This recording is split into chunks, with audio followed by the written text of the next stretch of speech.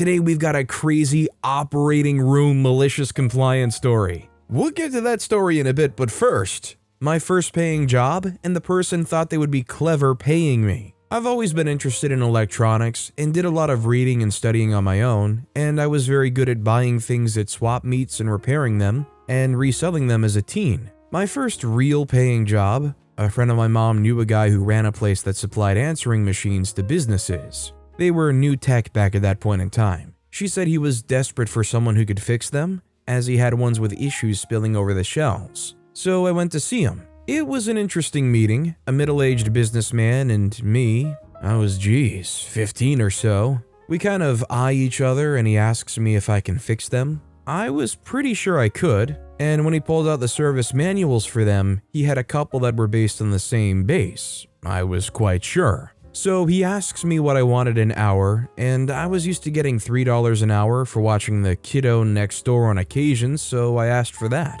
He pondered that for a minute and made me an offer I couldn't refuse. $10 cash for each one I fix. I quickly agree and agreed to stop by after school the next day with my tools to dig in. The next day I show up and he takes me in the back, and sure enough he has a couple big sets of industrial shelves overflowing with things. I start pulling them off and looking at them. He gives me a smile and drifts off and leaves me to it. I quickly discovered this guy had no tech skills whatsoever. None. Nada. Most of them had a brainlessly simple problem. The outgoing message was kept on a big loose loop of tape, with a metallic splice at the beginning/end that went past two posts and that told the thing the tape had went all the way around and to stop and turn on the cassette recorder for the incoming message. The splices in the posts got dirty and didn't make good contact, and the tape would just go on forever. About 3 minutes with some alcohol and a Q-tip cleaning, those parts, as well as the other things in the tape path,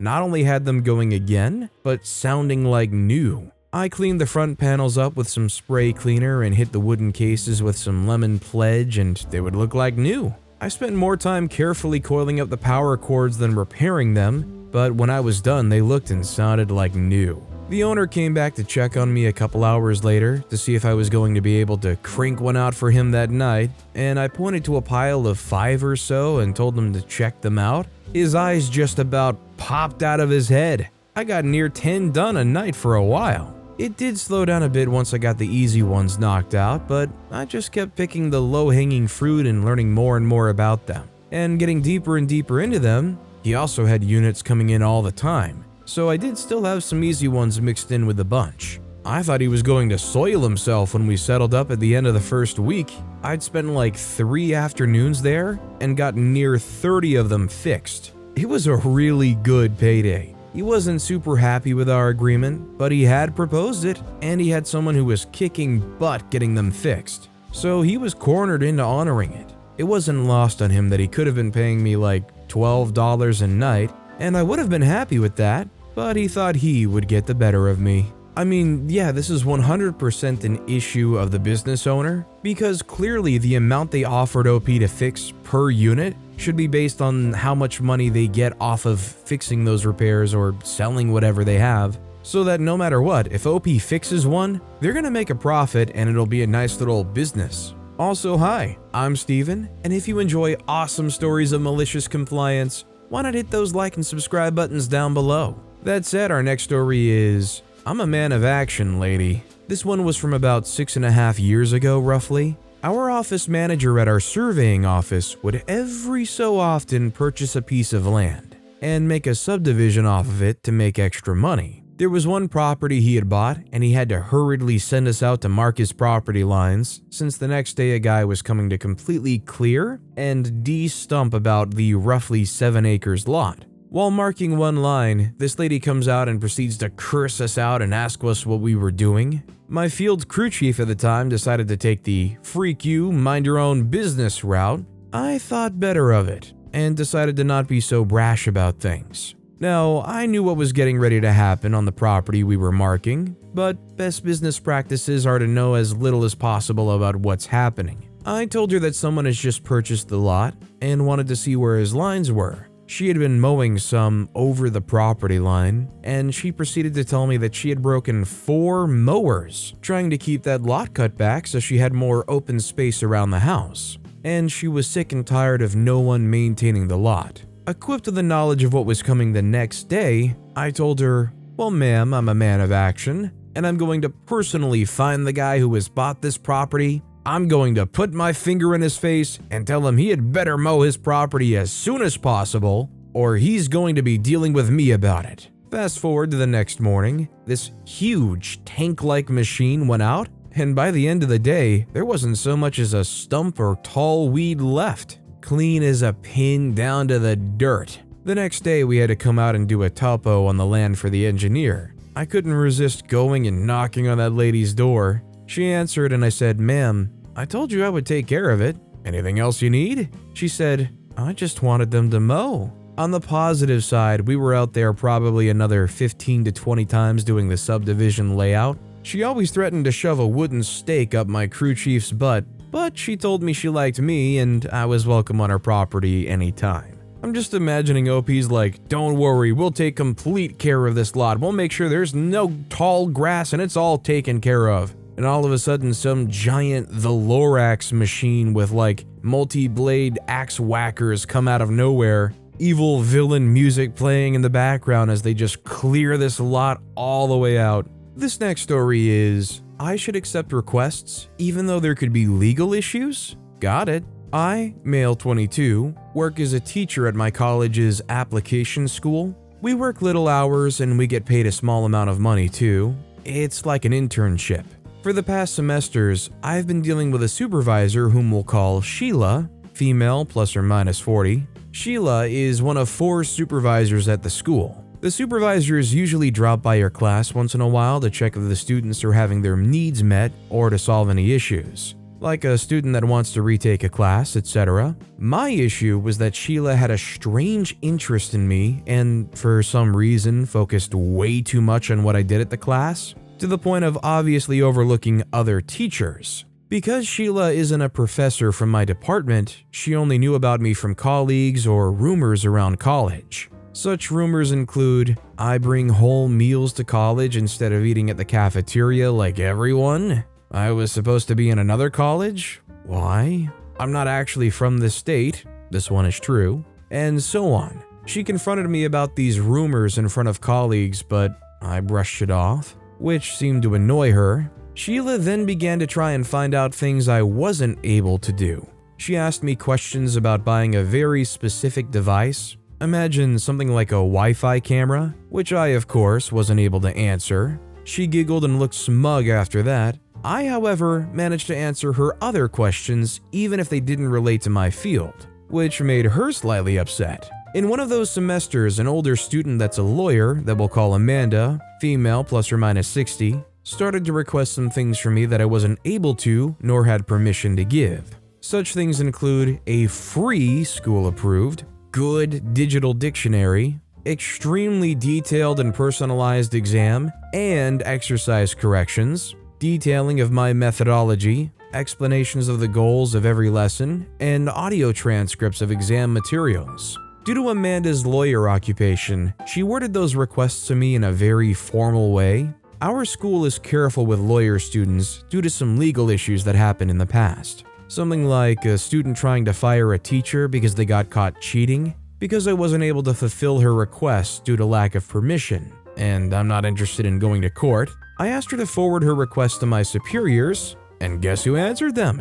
Sheila. Sheila didn't even bat an eye to Amanda's requests and started forwarding them to me, saying that I should comply. Because Amanda got what she wanted, she began sending more and more requests, to the point that Sheila just told me to accept all forwarded requests and be fast about it. So I did it. I sent materials, transcripts, and the like, all in the name of the school. Amanda was very happy, and Sheila was loving the extra work I was doing. She thought she was being smart and had the upper hand. Well, not until Sheila tried to embarrass me in front of my class. She said that despite my excellent work, I'm standoffish and that's funny. My students tried to correct her statement, but she just ignored them by saying, "Really?" and swiftly left. She tried to pull this again at an online class, and another group of students shut her down again.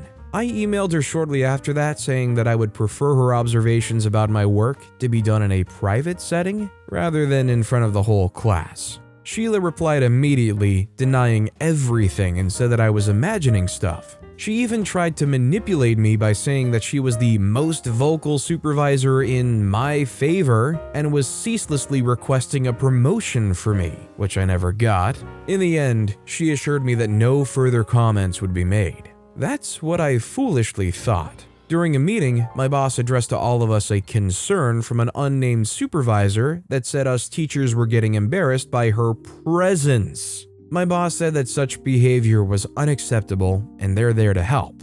At that moment, I saw red. I couldn't believe Sheila had twisted my words and told my boss about the email exchange, portraying me as the bad guy. At one point in the meeting, I asked the other supervisors if we teachers were supposed to do everything I was asked to do for Amanda. They all replied a firm no, and even gasped when I mentioned transcripts. Basically, our school doesn't have the authority to provide transcripts, and students could legally contest test results if a mistake was present in the transcription. I then requested a meeting with my boss and another supervisor about this. In the meeting, I pointed out that they said that we weren't supposed to be doing those tasks, but I was being ordered to do them anyway. My supervisor quickly opened the email and discovered that Sheila was sniping emails from me and my students and exclusively replied to all of them using her personal phone before others could do or see anything. We also discovered that she was archiving some of the requests so they wouldn't be found easily. I helped them dig everything up, and my boss and the other supervisor said it was inappropriate of the supervisor to do that, and they would talk with her about this. I left the meeting feeling relieved and hoped something would be done. After a few weeks, I saw the supervisor in person, but she said just, "Excuse me," and quickly left to another room. I kid you not, this woman treats me like I'm the plague now. She avoids me, doesn't address me directly anymore, and best of all, was apparently assigned to another role that doesn't involve supervision of teachers. Even though she hasn't been greatly punished, I bet she'll think twice before making her comments again. I'm pretty sure she was told in no uncertain terms, "Leave them alone. You've created a great legal risk, and whatever you do, do not engage with this person." This next story is, who told you to do it this way? Being a travel nurse in the operating room has its benefits. The pay, the ability to take time off between assignments, and the bits of malicious compliance that make you feel warm and fuzzy inside. Been in this hospital for 2 months. I've worked with this particular surgeon a handful of times, but it's always been the same procedure, so I know what he wants for every step of the case. I'm about to start applying skin prep, another layer of antimicrobial security to prevent post-op infection, to where the surgeon is going to operate. He always wants the armpit, front shoulder, and breast/chest of the specific side prepped. We're operating on the patient's right side. They're already asleep, and their right arm is padded and secured on an arm board. Before I start prepping, the scrub tech immediately says, "You need to undo their arm from the board so that you can prep the whole arm." I tell them no, the surgeon wants it prepped this way. The arm stays on the board. The scrub tech hadn't done this case with this doctor in quite some time either, but they still decided to explain how the whole arm should be prepped for this procedure. I ignored them. I begin my prep. Less than a minute later, the charge nurse comes in to log into a portable x-ray device. Us travelers don't often get credentials for those. And the scrub tech decides to ask the charge nurse how the surgical site should be prepped for this case right in front of me. The charge nurse backs up the scrub tech and tells me I should be prepping the whole arm in addition to the sites that I mentioned earlier. I protested, but Dr. X doesn't want that. He always wants the same areas prepped and draped accordingly. The charge nurse wasn't budging, and they demand I unfasten the arm and do it their way instead. I sigh and say okay. Cue malicious compliance. I prep the whole arm and I'm holding it in my sterile glove while waiting for the drapes and stockinette to be applied. All of a sudden, the most glorious thing happens. The surgeon arrives with the charge nurse still in the room. "Did you prep the whole arm?" he asked me. I said, "Yep." He said, "Why did you do that? You've been here 2 months. How do you not remember the prep by now?" I said I was told to prep it this way. They said, "By who? Who told you to do it this way?" The surgeon was pissed due to this delay. As a traveler, I've learned to take the heat for making small mistakes, and I was contemplating taking the fall for this so that we could just move on with the rest of the day. But before I could speak, my charge nurse was actually humble and admitted that they told me to prep the whole arm. The doc looked at me and said, "Did you tell them how I prefer it to be done?" I say I did. The doc turned back to the charge nurse and proceeded to lambast her for delaying the case. The scrub tech just stared blankly at the wall, but I didn't look or listen. I just stood there enjoying the moment with the biggest poop-eating grin under my mask. It's a nice day when someone else proves you were right. Needless to say, I didn't renew my contract at that hospital. I mean, I suppose if it works, it works, you know, what the surgeon likes is usually the golden standard, but I wonder if you really should prep the whole arm for whatever this is, if that's the bog standard way. I mean, obviously the surgeon knows best, right? But maybe the basic medical teachings say do the whole arm just to be safe. But with that being said, that's all the time we have for today. Now, if you want to hear another awesome malicious compliance story, check out that video on the left. Or if you missed my latest video, check out that video on the right. That said, I'll see you all next time with some more stories.